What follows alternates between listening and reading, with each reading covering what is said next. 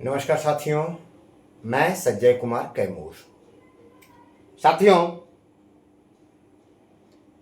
आप लोगों के लगातार फ़ोन कॉल्स आ रहे हैं और अभी अधिकतर फ़ोन की बाढ़ आई हुई है। कई साथियों का फ़ोन मैं नहीं उठा पा रहा हूं, इसके लिए क्षमा चाहता हूं। क्योंकि अभी जिनका अनिवार्य फ़ोन है उन्हीं का उठा रहा हूं। जो नए नंबर हैं, पुराने नंबरों को थोड़ा सा मैं उतना नहीं उठा पा रहा हूं, इसके लिए मेरे पूरे बिहार के शिक्षक साथी क्षमा करेंगे। साथियों, प्रधान शिक्षक की ज्वाइनिंग को लेकर लगातार मेरे पास फोन कॉल्स आ रहे हैं। ठीक है, उस पर लोग अपनी थोड़ा सा हमसे राय मांग रहे हैं कि भैया अपनी राय दीजिए, क्या हमारे लिए ज्वाइन करना उचित है, इसमें फायदेमंद रहेगा। भैया, आप अगर विशिष्ट शिक्षक बन गए हैं तो बिल्कुल ज्वाइन कर लीजिए, और अगर विशिष्ट नहीं बने हैं, नियोजित हैं, तो मैं आज भी कह रहा हूं 5200 के स्केल को मत छोड़िए। प्रधान शिक्षक में भी कोई ग्रेड पे कुछ नहीं दिया गया है, ये समझिए।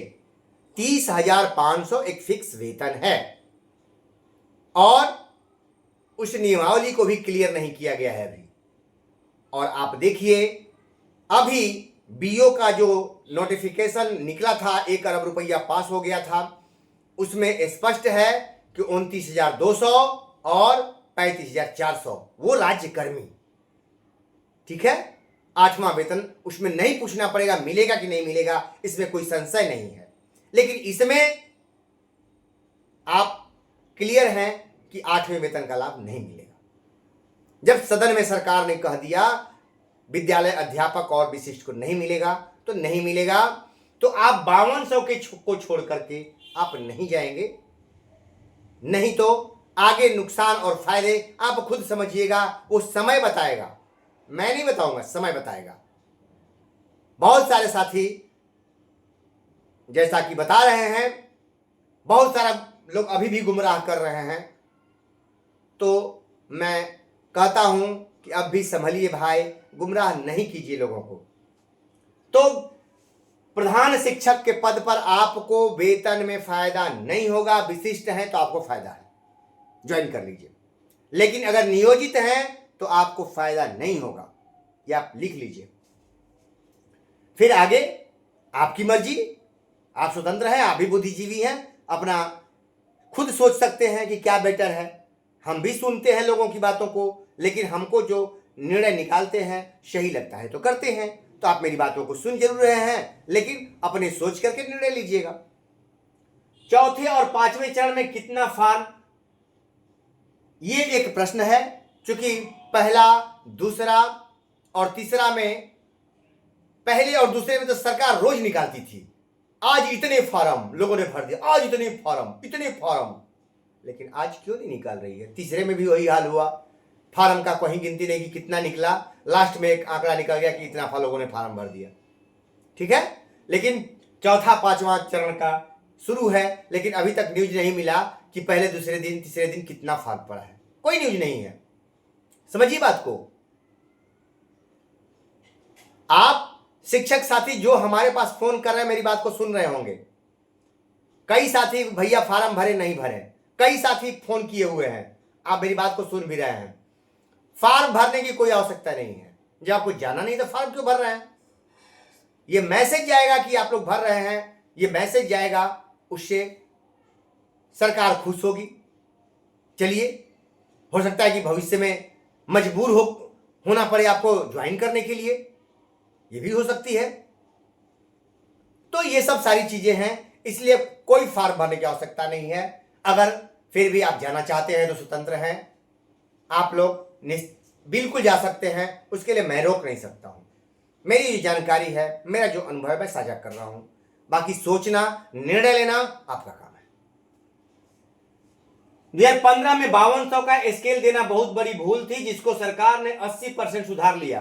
कैसे भैया, 2015 में जो था ना, उस सरकार ने बहुत बड़ी चूक कर दी थी।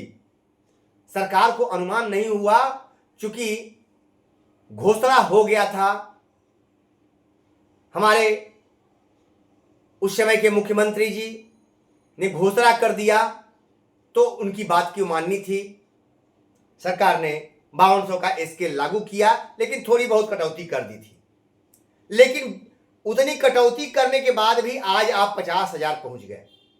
समझिए, 50,000 पहुंच गए हैं, नहीं तो 5,000 2,000 हर चुनाव में बढ़ता। और वही हाल अब विद्यालय अध्यापक और इनका आ गया है।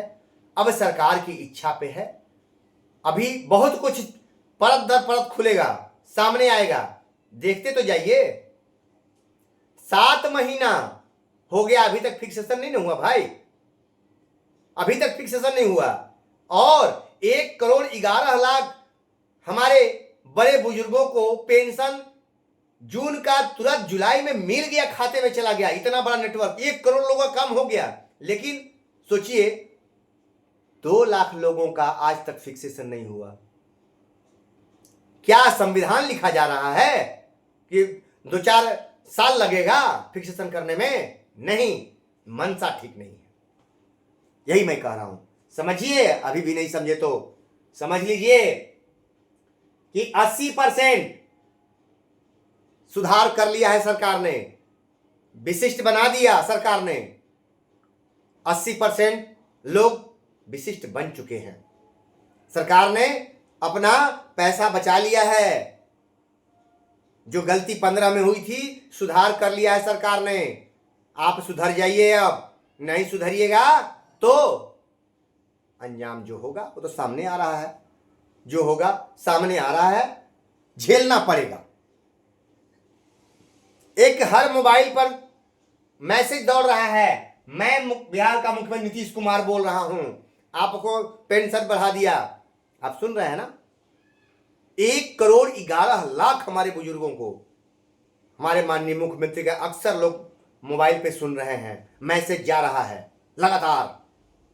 सोचिए, लेकिन क्या किसी शिक्षक पर मैसेज आया कि आपको इतना बढ़ा दिया गया, 5200 का पूरा स्केल दे दिया गया, सभी लोगों को पूर्ण राज्यकर्मी घोषित कर दिया गया? ऐसा मैसेज आपके ऊपर नहीं ना आया है? देखिए, शायद आ जाए।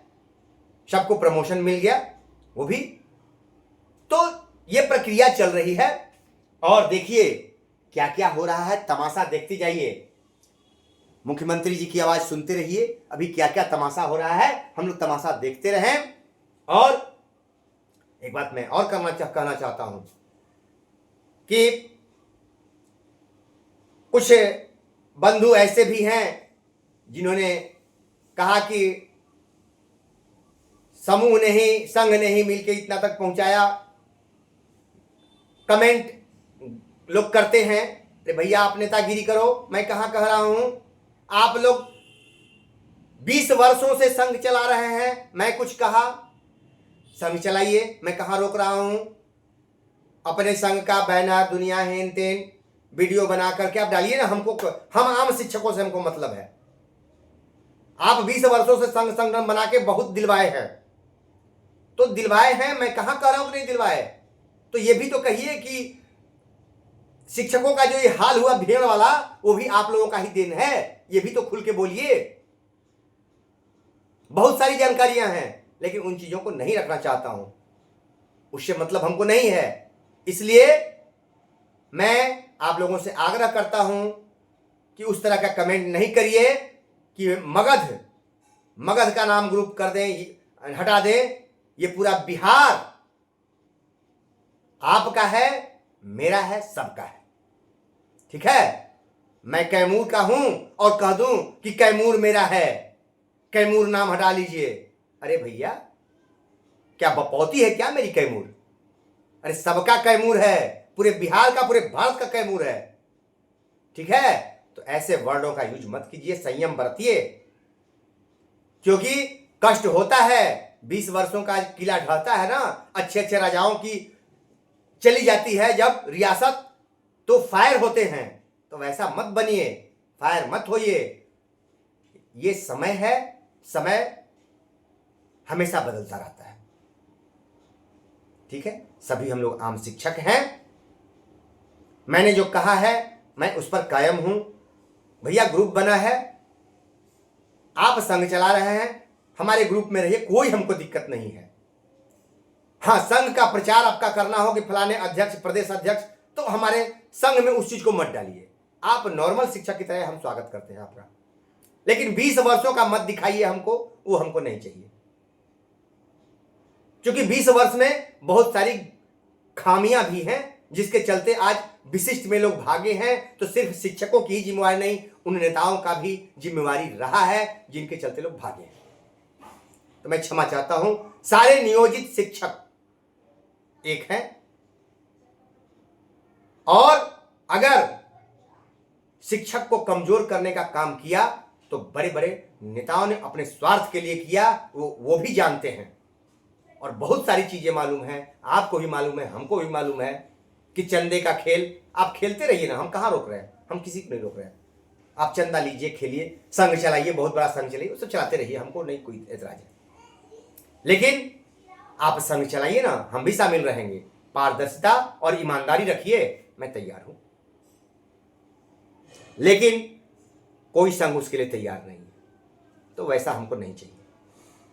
मैं ठीक हूं, मैं 1.5 लाख अगर लगा के लड़ा हूं तो अपना लगा के लड़ा हूं, किसी के चंदे से नहीं लड़ा हूं। लेकिन यहां तो कमाई हो जाती है, चंदे से लोग कमाना शुरू कर देते हैं, वो ऐसा मुझे नहीं चाहिए। अपने पास रखिए। नमस्कार साथियों, फिर मिलेंगे।